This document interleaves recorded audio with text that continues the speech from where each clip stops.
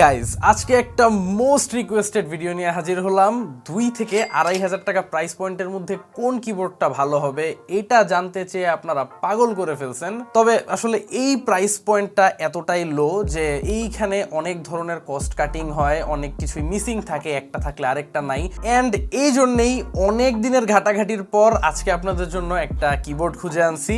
এর model name Ejaz NK61, আমাদের সবারই জানা পরিচিত ব্র্যান্ড এজাজের একটা ব্র্যান্ড নিউ মডেল। এটা কিন্তু শুধুমাত্র হোয়াইট না, এটা একটা ব্ল্যাক কালার ভ্যারিয়েন্টেও অ্যাভেলেবেল আছে। এবং এই 2,500 টাকা দামের মেকানিক্যাল কিবোর্ডটা অফার করতেছে ফুল RGB ব্যাকলিট, ফুললি হট সোয়াপেবল একটা পিসিবি, আর সঙ্গে একটা সলিড বিল্ড কোয়ালিটি। এখন এই সবের পরে আরও একটা শকিং নিউজ হলো, যাদের বাজেট আরেকটু কম 2,200 টাকা প্রাইস পয়েন্টে এইটারই আরও একটা ভ্যারিয়েন্ট পাওয়া যায় with rainbow backlit. And there's no other differences except the fact যে ফুল RGB ব্যাকলিটটার জায়গায় রেইনবো RGB পাবেন, বাট ইটস 2,200 টাকা। আমাদের হাতে কিন্তু দুইটা ডিফারেন্ট ভ্যারিয়েন্টই চলে আসছে এবং বিস্তারিত আলোচনা হবে আজকে এজাজের এই মডেলটা নিয়েই। Big thanks to Tech Diversity আমাদের হাতে এই কিবোর্ডগুলো সেন্ড করার জন্য। তারাই কিন্তু বাংলাদেশে এজাজের অথরাইজড ডিস্ট্রিবিউটর এবং তাদের কাছে এজাজের সমস্ত মডেলস আপনারা পেয়ে যাবেন উইথ 1 ইয়ার অফিসিয়াল ওয়ারেন্টি। যাই হোক, চলেন আর দেরি না করে ভিডিও শুরু করা যাক। সম্পূর্ণ ভিডিওটা জুড়েই আপনাদের সঙ্গে হোস্ট হিসেবে থাকছে আমি কাইফ, আপনারা দেখছেন টেক স্যাভেজ।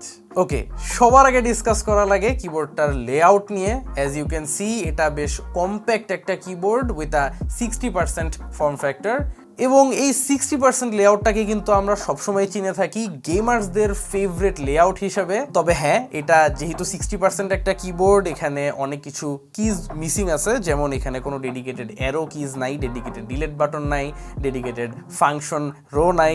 এগুলো আসলে গেমার্সদের কাছে খুব একটা ম্যাটার করে না, উল্টা কিবোর্ডটা কম্প্যাক্ট হওয়াটাই বেশি দরকারি। তবে যারা একটু হাইব্রিড ইউজার্সরা আছেন, কিবোর্ডটাকে গেমিংয়ের পাশাপাশি প্রোডাক্টিভিটি পারপাসেও ইউজ করবেন, কিছু ক্ষেত্রে একটু প্যারা খাইতে পারেন যেহেতু এই কিজগুলো মিসিং। তবে টেনশনের কিছু নাই, এমনিতে এখানে অ্যারো কিজ বলেন, ফাংশন রো, ডিলেট বাটন সবগুলোই কিন্তু অন্য কিজগুলোর সঙ্গে ইন্টিগ্রেট করা আছে। জাস্ট ফাংশন চাপ দিয়ে আপনারা ওই কিজগুলোকে অ্যাক্সেস করতে পারবেন। সো খুব দরকার হইলে আছে ভাই, সমস্যা নাই। But apart from that, build quality নিয়ে যদি একটু কথা বলি, আমার কাছে কিবোর্ডগুলোর দুইটা ভ্যারিয়েন্টের বিল্ড কোয়ালিটি একদম সেম মনে হয়েছে। এমন না যে আরেকটার দাম একটু কম বলে বিল্ড কোয়ালিটিতে কম্প্রোমাইজ আছে।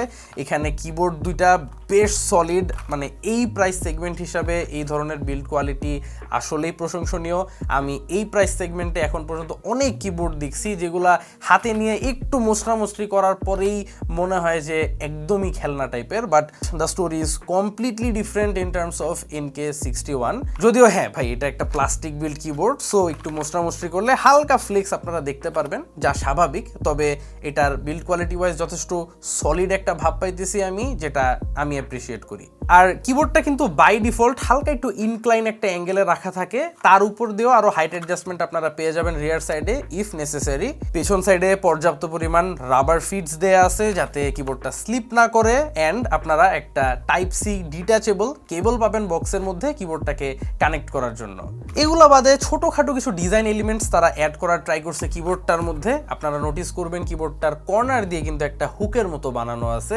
এটা কিন্তু ইন্টেনশনাল, এখানে অ্যাটাচ করার জন্য একটা রিবন তারা বক্সের মধ্যে দিয়ে দেয়। এটা মূলত একটা ডিজাইন ট্রেন্ড যেটা উটিং ব্র্যান্ডটা স্টার্ট করছিল, বাট এরপরে থেকে এটা কিবোর্ড কমিউনিটিতে বেশ পপুলার হওয়ার পর থেকে অনেক ব্র্যান্ডই এই ট্রেন্ডটাতে অ্যাডাপ্ট করছে। সো এজাজও এখানে আপনাকে বক্সের মধ্যে একটা স্ট্র্যাপ দিবে যেটাকে আপনারা এখানে অ্যাটাচ করে ইউজ করতে পারবেন। অ্যান্ড আমি জানি এটা অনেকেরই পছন্দ হবে, so it's a good thing. Alright, তারপর আসি আমরা সুইচেস নিয়ে। এখানে পাচ্ছেন আপনারা লিনিয়ার মেকানিক্যাল সুইচেস, অনেকে এগুলোকে রেড সুইচ নামেও চিনেন।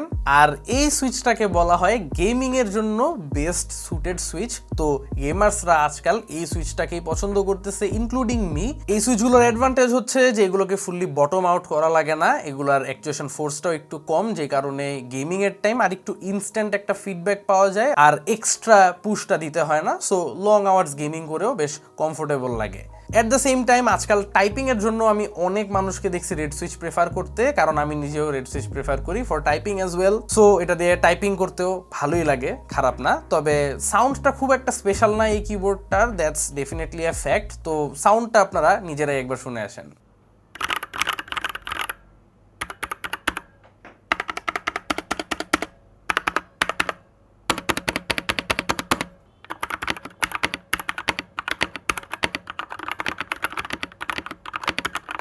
অলরাইট, যেমনটা শুনতেই পারলেন সাউন্ড ঠিকঠাক আছে। আর সত্যি বলতে প্রাইসটা মাথায় রেখে এর সাউন্ড নিয়ে বলার মতো কিছু থাকে না। কেউ যদি এই প্রাইস পয়েন্টে থকি স্যাটিসফাইং সাউন্ড চান, সে আশাটা আসলে ভুল হবে। তাও আমি বলবো এটা ভালো, কারণ এখানে অ্যাটলিস্ট সবগুলো কিজের সাউন্ড কনসিস্টেন্ট। এখানে ছোট কিজ থেকে শুরু করে মাঝারি কিজ, বড় কিজ লাইক স্পেস বার, সবগুলার সাউন্ড প্রোফাইলটা খুবই close. So I definitely have to give it points for that. Apart from that, এজাস এখানে 3 পিনের সুইচ ইউজ করতেছে, অ্যান্ড অবভিয়াসলি পিসিবিটাও এখানে 3 পিনের একটা পিসিবি। আর হট সোয়াপেবল মানে তো সবাই জানেনই, যারা জানেন না তাদের জন্য বলে দিই যে এখানের পিসিবির প্রত্যেকটা সুইচ কিন্তু আপনারা easily just plug and play টাইপের টান দিয়ে তুলে ফেলতে পারবেন, আবার যে কোনো একটা লাগায় রিপ্লেস করতে পারবেন। দ্যাট ওয়ে আপনার যদি ফিউচারে কোনো সময় একটা সুইচ নষ্ট হয় বা দুইটা সুইচ নষ্ট হয়, আপনারা জাস্ট ওই একটা বা দুইটা সুইচ চেঞ্জ করতে পারবেন, আপনার পুরো কিবোর্ডটা বাতিল হচ্ছে না। So this is a massive advantage. এই 2-2.5 হাজার টাকা প্রাইস পয়েন্টে হট সোয়াপ জিনিসটা আমরা কিছু বছর আগেও আসলে ভাবতে পারতাম না। সো এখন যে আমরা এই প্রাইস পয়েন্টেও এই টাইপের জরুরি ফিচার্সগুলো পাচ্ছি, এটা অবশ্যই একটা ভালো দিক। এমনিতে এখানে কি ক্যাপসগুলোর কোয়ালিটি ভালো করছে। ডাবল শট এবিএস কি ক্যাপস এখানে দেওয়া হয়েছে উইথ কোয়াইট থিক ওয়ালস, তো আসলে এখানে কমপ্লেন করার স্কোপ নাই। অ্যান্ড একটা সি থ্রু লুক মেনটেন করা হয়েছে লেজেন্ডসগুলোর এনগ্রেভিং এ, যাতে ব্যাকলিটটা প্রপারলি গ্লো করতে পারে, অর্থাৎ অন্ধকারে এই কিবোর্ডটা ইউজ করতে গেলে কোনো সমস্যাই হবে না।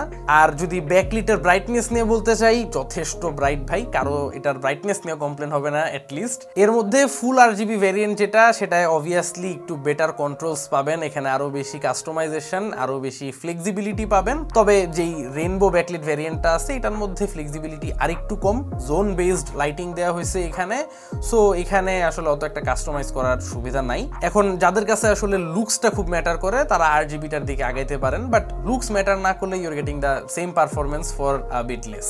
আর এই ছিল মোটামুটি কিবোর্ডটা নিয়ে আমার সমস্ত আলোচনা। আমি চেষ্টা করছি সবগুলো পয়েন্টস কভার করার, যাতে আপনাদের পারচেজ ডিসিশনটা ইজি হয়। এখন সব মিলায় বলতে গেলে 2,500 টাকা প্রাইস পয়েন্টে এই কিবোর্ডটা যা প্রমিস করতেছে এটা ঠিক তাই। অ্যান্ড এখানে যেসব ফিচার্স দেওয়া হয়েছে কম্পেয়ার টু দ্য প্রাইস, আমার কাছে মনে হয় it's a great value for মানি। যারা আসলে প্রথমবারের মতো মেকানিক্যাল কিবোর্ড পারচেস করবেন ভাবতেছেন, তাদের জন্য এটা হাইলি সাজেস্টেড রইল। I think it's a great beginner friendly keyboard with a value for money price tag. কিবোর্ডটার পারচেস লিঙ্ক আপনারা পেয়ে যাবেন ডেসক্রিপশন বক্সে। ভিডিও ভালো লেগে থাকলে চ্যানেলে সাবস্ক্রাইব করতে ভুলবেন না। আশা করি আবারও দেখা হবে আগামী কোনো ভিডিওতে। Till then, have a nice day, piece.